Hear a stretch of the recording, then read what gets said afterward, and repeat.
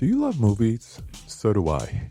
What's up, y'all? It's KB, and I love movies, inviting you to listen to The Conversation, a film podcast where passion meets perspective and opinion.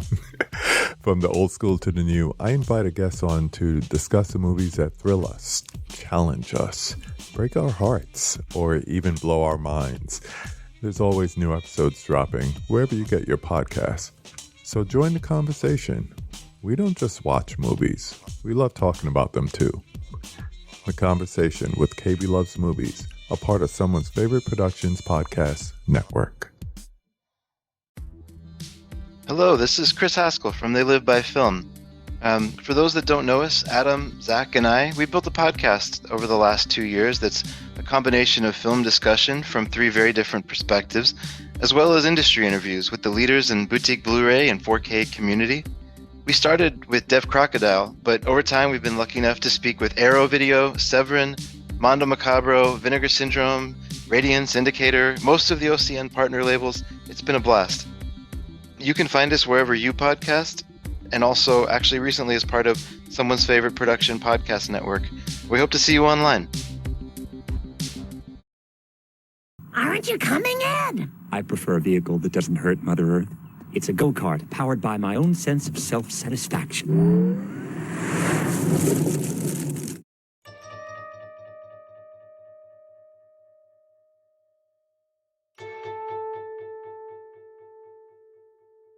Welcome to Wake Up Heavy, the world's greatest horror movie podcast.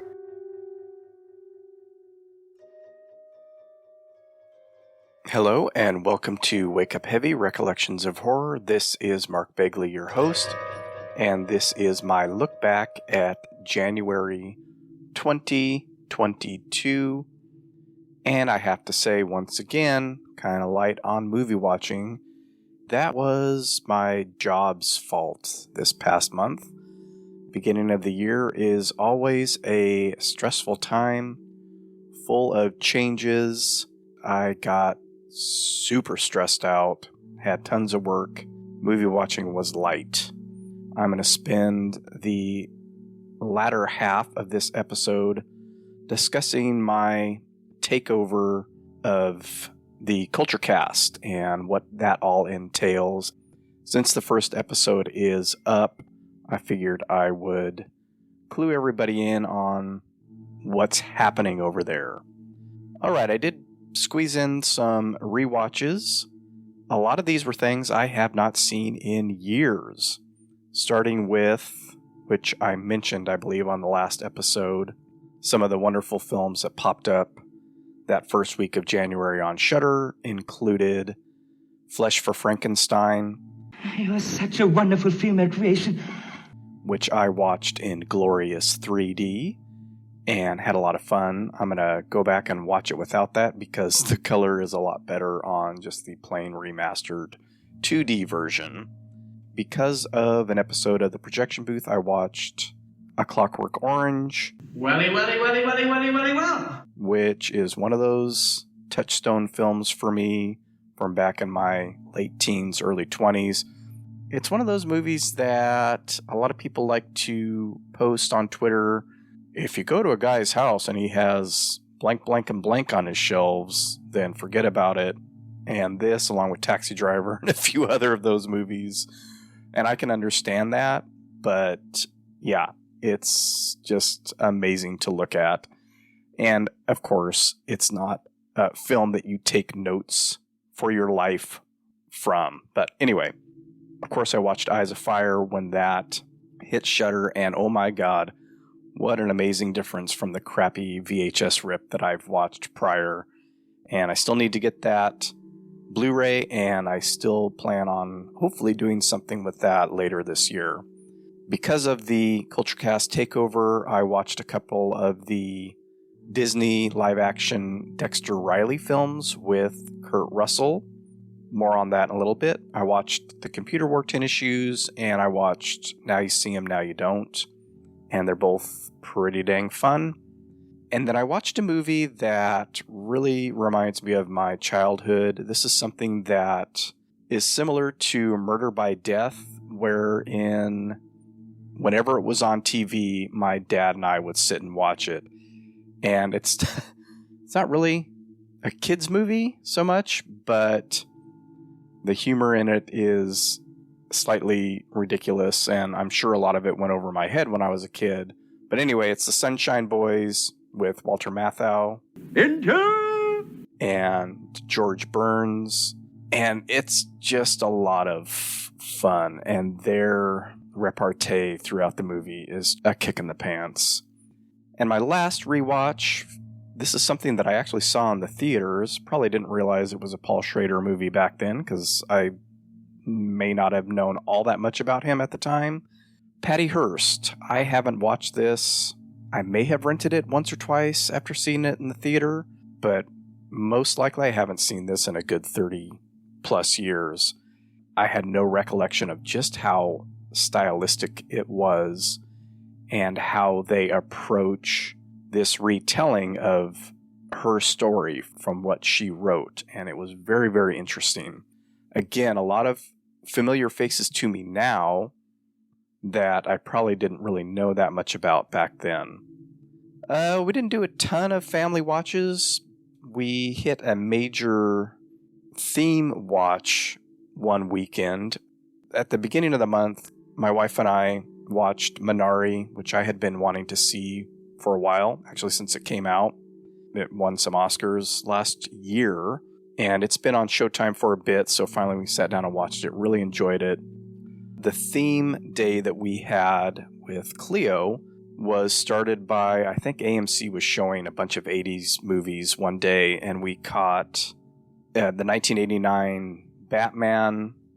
We watched Beetlejuice, and then we did some John Hughes movies with The Breakfast Club. Do you slip her the hot beef injection? And Some Kind of Wonderful. And Some Kind of Wonderful is one that I hadn't watched in a long time, and I always diss it as being just a gender swap. Pretty in Pink, but there were some reasons why John Hughes wrote it, and because of the changes that were made to Pretty in Pink and blah, blah, blah. So anyway, I actually kind of like that one. We watched the new Ghostbusters Afterlife, and it's okay. I think after having watched Ghostbusters with Cleo, and I don't think we've watched the second one, but I realized I don't think I like this movie as much as I thought I did when I was a kid. So none of these hold a giant hit of nostalgia for me. I probably rented Ghostbusters a gazillion times when I was younger. I don't know, something about it now doesn't quite work for me. That doesn't sound right. And then we watched the new Marvel's movie, Eternals.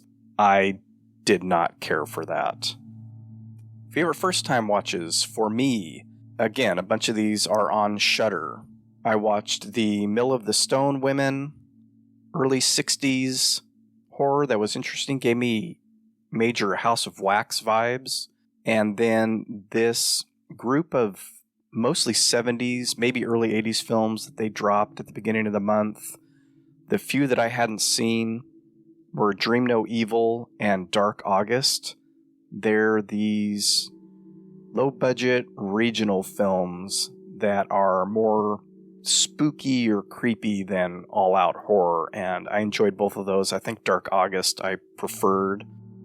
And I finally got to watch one of the folk horror movies that I had been looking for a while, called Leptyrika.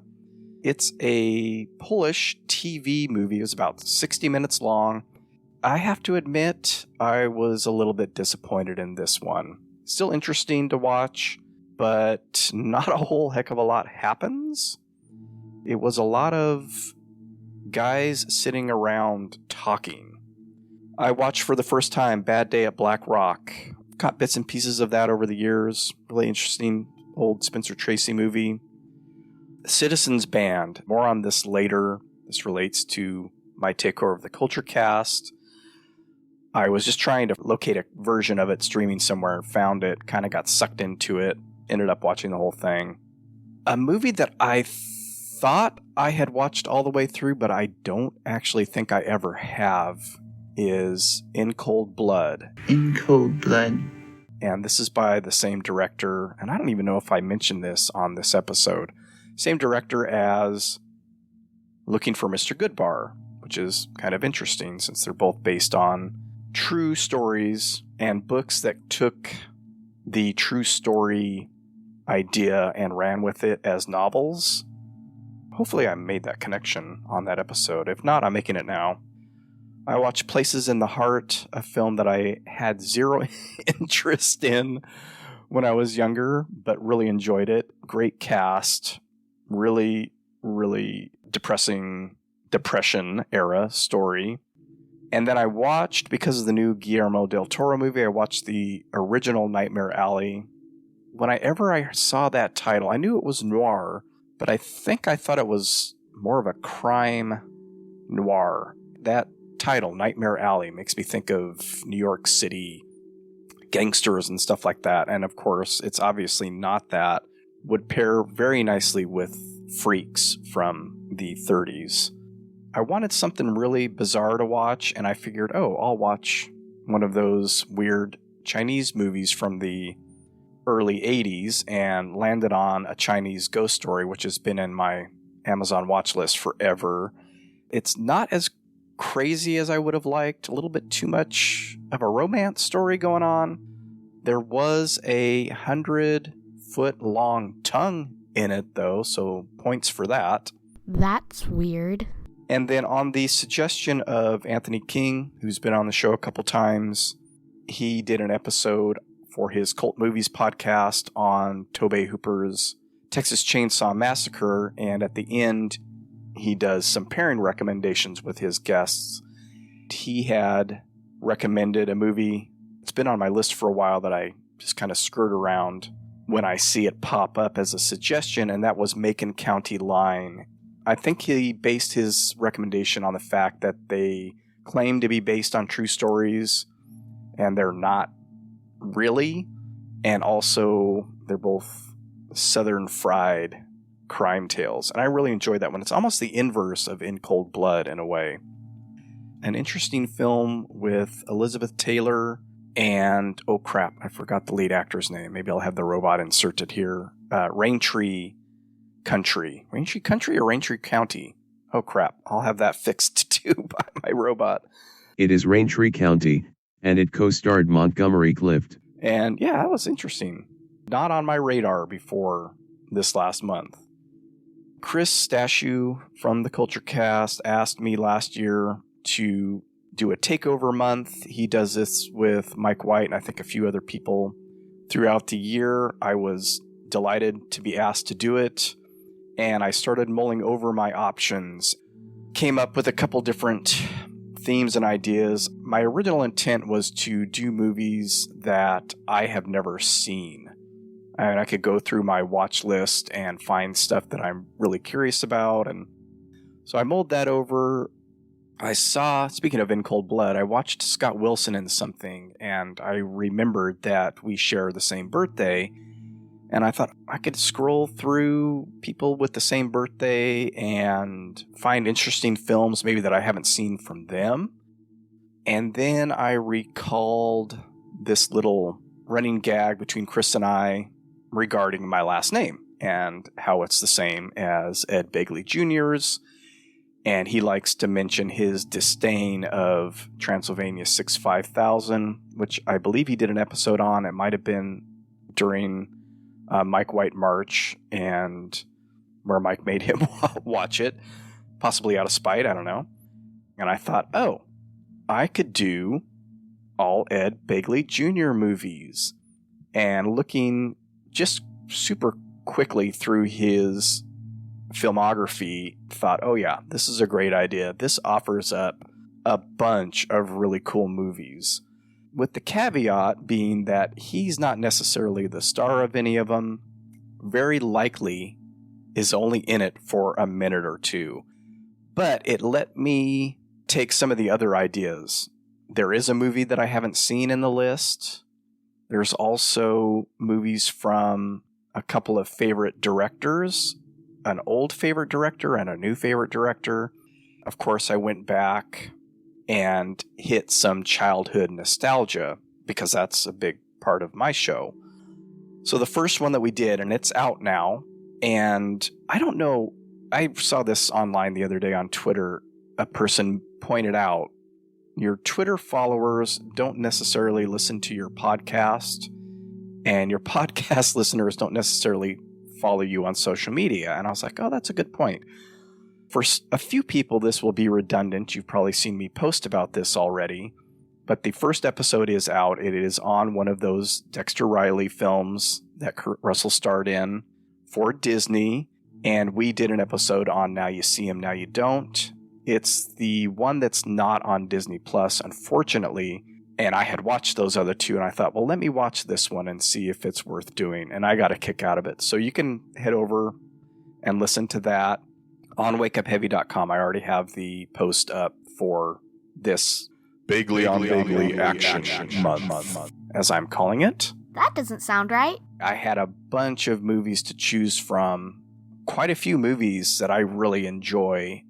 To narrow it down, I went with a couple that over the last 2 years were top favorite new watches of mine. Next up will be Cockfighter. Cockfighting, the dirtiest sport in the world. I watched last year, shortly after Monty Hellman passed away. Discovered, okay, it's finally streaming. Watched it, loved it. Ed Begley Jr. has an interesting bit part in that movie that I loved. I probably mentioned it again on that episode. For the movie that I haven't seen, I went with Citizens Band from Jonathan Demme. Him being the director was a draw for me, and it's a movie of his that I haven't seen, but the cast, and I'm sure we'll get into that in that episode, the cast of this movie is just amazing. And so I did watch that. I will watch it again. Had a lot of fun with it. Happy I picked it.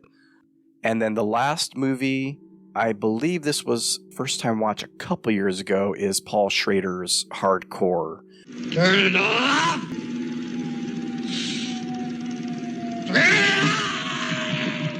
And that will be at the end of the month. So Now You See Him, Now You Don't, Cockfighter, Citizens Band, and Hardcore. I just wanted to do one of my little rattling off list things where I mention the numerous other films that I could have picked. These aren't necessarily all films that I've seen, but they're films that I have either seen and enjoyed or are ones that I have wanted to watch. Like Kurt Russell, he was in a number of other Disney films. I mentioned the Computer Wore Tennis Shoes. That's one of his very first roles. Even smaller part in that than in the one that we ended up doing. He was in Charlie and the Angel and Superdad, and I believe at least Charlie and the Angel also starred Kurt Russell. He was in the Bob Rafelson film Stay Hungry with Jeff Bridges and Arnold Schwarzenegger. Get to the chopper! I have not seen that one. I have seen this one, the TV movie horror anthology Dead of Night from the early 70s, directed by Dan Curtis, who just did a ton of those great horror TV movies. He's in a real weird film called Record City that I believe I actually caught on one of Mike White's movie nights. Another favorite first-time watch of mine within the last couple of years, and another Paul Schrader film, Blue Collar. Why don't you just explain the situation to them? Very small roles in most of these.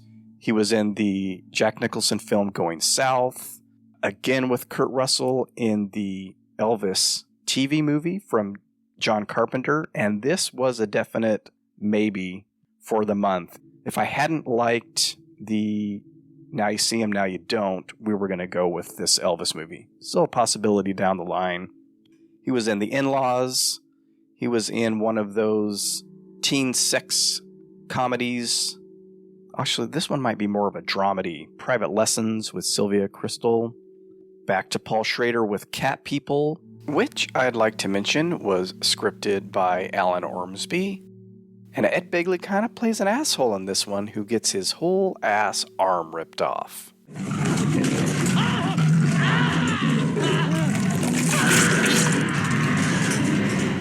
He's worked a couple of times with Paul Bartel, and I remember watching Eating Raoul a couple of years back. It's not really one of my favorites, but the second Ed Begley Jr. showed up, I was like, holy shit, he's in this? a decade or so later, they did scenes from the class struggle on Beverly Hills together. He's in the hospital soap opera spoof film Young Doctors in Love, which I think I watched once on video back in the 80s.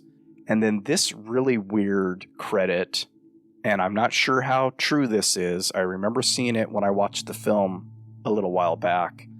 He does additional voices in The Entity.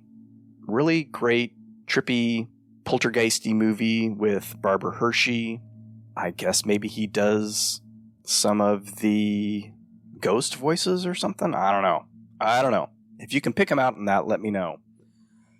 He's in a film called Get Crazy by Alan Arkish. I think this just got re-released on Blu-ray. I remember this poster and or VHS cover very clearly. Never seen it. I think I might give it a whirl before the end of the month. Check out some of these Ed Begley Jr. movies I haven't seen. That brings me to a couple other rock and roll movies he was in. He has a great little cameo in This Is Spinal Tap as one of the doomed drummers. Your first drummer was the Beeper. John Stumpy Pepys. Oh, yeah. Great, tall blonde geek with glasses. Good drummer. Great look, good drummer. Good drummer. Fine. What happened to him? He died. He died in a bizarre gardening accident. I did consider Spinal Tap, but I just know that a bunch of guys sitting around talking about that movie will turn into a Chris Farley skit. You remember in Something Wild when Melanie Griffith had you handcuffed to the bed? Remember that? Yeah. That was awesome. And then another movie that I have never seen that, and I'm not sure why I haven't seen it, and I've kind of avoided it. If it's still on Netflix, I'm going to check it out. Streets of Fire. A lot of people really like this film. I have just never seen it. If I have seen it, I have zero recollection of it. And maybe because I didn't care for it. I don't know, but I'm going to check it out. As we mention on the Now You See Him, Now You Don't episode, Mike and I were both reminded of this little bit he has in the parody film Amazon Women on the Moon. Whee! Ever see a shirt? Make a phone call. Ooh, pretty scary, huh? Ooh. Which is kind of the successor to Kentucky Fried Movie. And I think Landis was supposed to direct it. I don't believe that he did. Maybe he did. I don't know. I'll have the computer correct my mistake on that.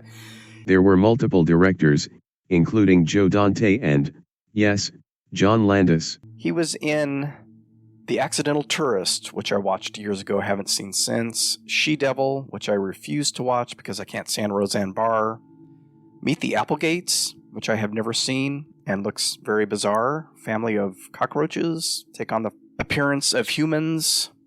He is in Even Cowgirls Get the Blues, and this was a movie that I looked forward to because I had gotten really big into Tom Robbins and was really big into Gus Van Sant, and I believe I've watched it twice in my life, and I don't know, that might be one I have to avoid. Speaking of Disney, he was in the Shaggy Dog remake, he was in Batman Forever, and then he's been in, and I'm sure this has to do with Spinal Tap and working together with Christopher Guest. He's in a bunch of his improv-a-thon movies. He's in A Mighty Wind, For Your Consideration, I believe the latest one, Mascots, that's on Netflix, and one other, which I'm forgetting. And then back to working with Paul Schrader in Autofocus, another one of his that I have not watched all the way through. Mostly because I'm not the biggest Greg Kinnear fan in the world.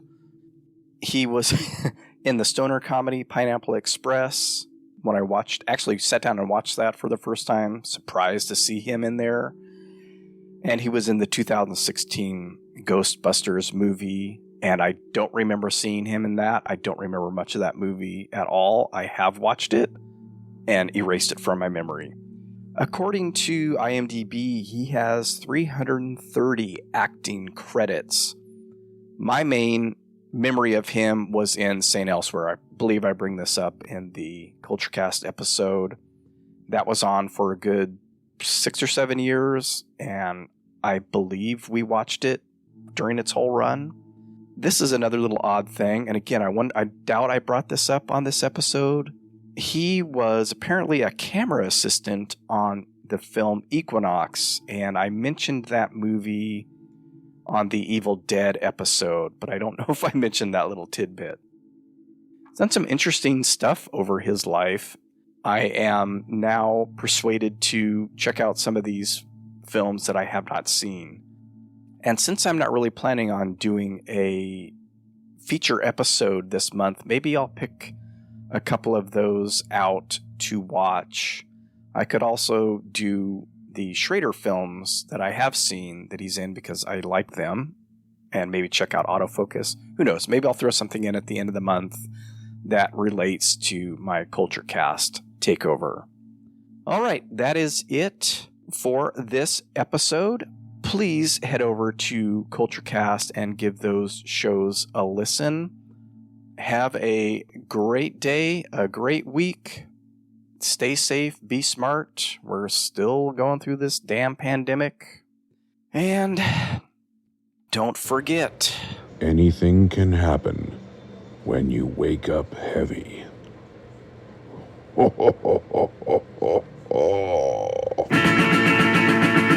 Stop wasting my time. You know what I want. You know what I need. Oh, maybe you don't. Do I have to come right flat out and tell you everything? Give me some money. Give me some money.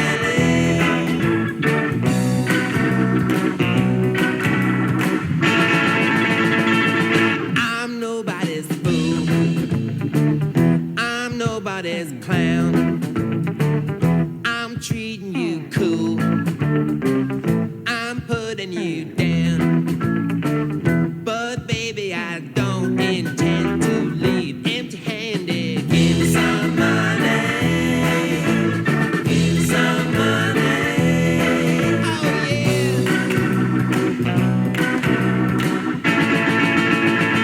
Go, Nigel, go.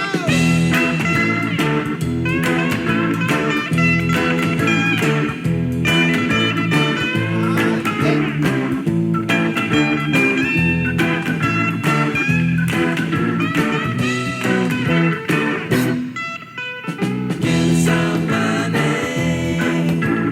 Give me some money. Don't get me wrong. Give me some money. Try getting me right. Give me some money. Your face is okay, but your purse is too tight. Give me some money. I'm looking for pound notes, loose change, bad checks, anything. Give me some money.